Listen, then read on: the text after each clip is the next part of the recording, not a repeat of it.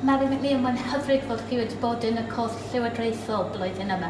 Newch chi dweud tipyn bach i ni am gwaith Cymorth Cristnogol? Ie, diolch i chi. Mae Cymorth Cristnogol fel elusen sy'n berchen ar yr eglwys yng Nghymru. I ni yn gweithredu trwy gydol y byd i ymateb i sefyllfeydd dwys o dlodi ac anghyfiawnder.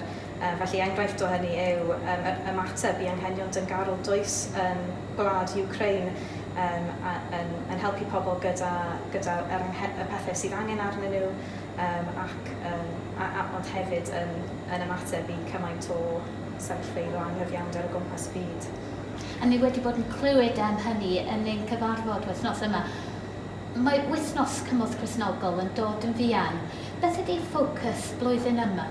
Ie, ffocws blwyddyn yma, i ni'n rannu hanesion am effaith yr argyfwng hinsawdd a'r cymunedau yn Zimbabwe yn penodol.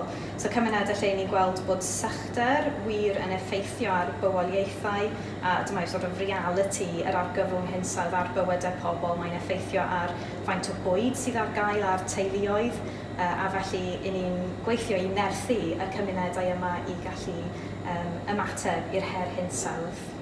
Ac os mae pobl eisiau bod rhan o'r gwaith Cymorth Cristnogol, beth ydy ffordd gorau iddyn nhw cysylltiad? Ie, wel, mae cyswllt bob tro yn swyddfa Cymorth Cristnogol yng Nghymru, yng Nghaerdydd, felly modd i roi galwad ffôn neu roi e-bost i ni.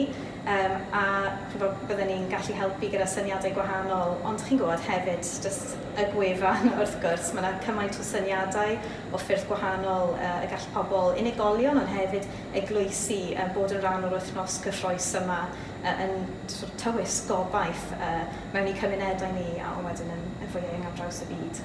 Diolch, thank you. Diolch i chi.